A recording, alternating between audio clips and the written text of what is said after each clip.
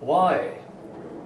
Each buying a product, goods or services, includes the costs of the producer, and a part of the costs of the producer of this good and services is the interest burden. And this interest burden is calculated into the price. So if we go in the shop and buy whatever, there is a certain part of the price only interest burden. It is the, one could call it the indirect interest or the unconscious interest, or however. And the question should be, how is the percentage? What is the percentage of the interest burden in the costs and then in the price? It differs. In some branches it's very low, where the capital has not such a big importance, and where the capital which is taken as a credit is only for short time. But there are other branches and sectors in economy where the credits and the money and the capital which is taken is running over a long period, decades, and the interest burden has to be paid. For example, building houses and building power plants and so on. And in those branches, the capital costs are much higher. And so, on the average, the question is, what may be the average? There do not exist official statistics, which is amazing, because it's interesting. It should be an interesting and important question, and it should be possible to answer this question. But up to now, one has only to find it out on estimations. And there's a German author named Helmut Kreutz who has done this kind of estimations. Helmut Kreutz, and came to the result that around a third of the price on average is only interest cost. This is not only the interest cost of the last producer in the chain of many producers, but the accumulated effect of the interest of the producer, which is before and before and before. This accumulated interest. Let's take this number, this example. 1/3 of the prices is invisible, unconscious, unknown interest burden, which is drawing out of the pockets of the consumers.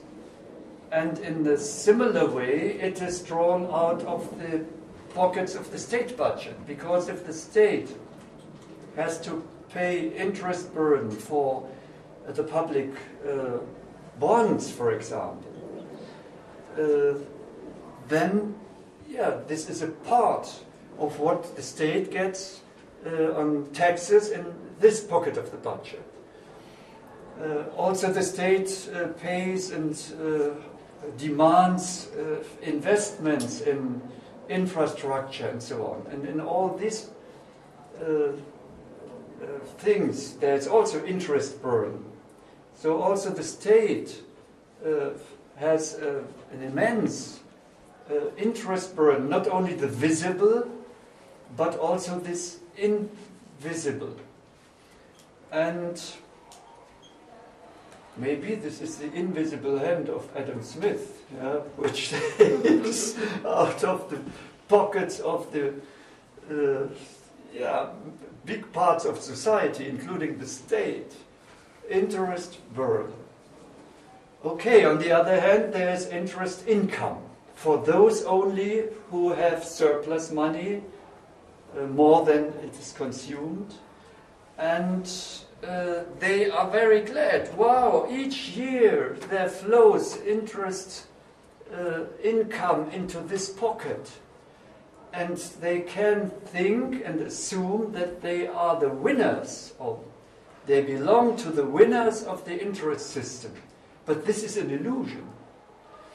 It is like as if there was a board in the mind or in the head, in the consciousness, which splits and separates this aspect of interest income from the other aspect of flowing out of the pocket, this invisible, additionally to the visible interest burden, the invisible interest burden. This can be developed step by step, but in this limited time I am not able to do it, to really develop it step by step. Only to very roughly indicate it.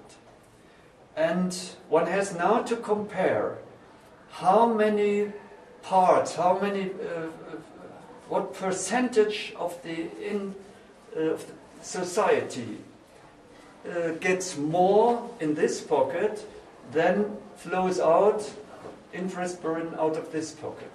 And I now only can say this is around, according to the estimations of Helmut Kreuz, it is around, this already several years ago, 1/3. It is around 15% only are the winners. Only 15% get more from this side than flows out of this pocket. Why do they get it? Because they have big amounts of monetary assets. And what they get by these big amounts of monetary assets, an interest income, is more and much more and huge, much more than what they also pay an invisible and indirect interest by the mentioned reasons. 15% only. This means 85% of society. They lose out of this pocket more than they get in this pocket annually on interest, through interest income. If this would become conscious, for those 85% of society, maybe there would be some change.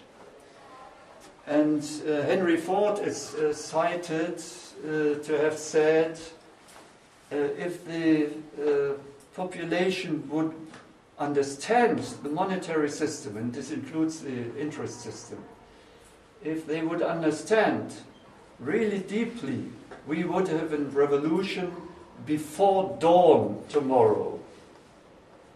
So this is showing that in this issue there is lying really immense importance. Immense importance. I will only very rough illustrate what should be developed step by step, that there are different parts, 10% of the less incomes up to 10% with the biggest incomes, and between all these other columns, 1, 2, 3, 4, 5, 6, 7, 8, 9, 10. This only symbolizes, indicates unequal distribution of income. And what I mentioned is the result that this invisible change of distribution by the interest system leads to more and more and more and more income at this edge. So it is some kind of redistribution from down to up, to the top.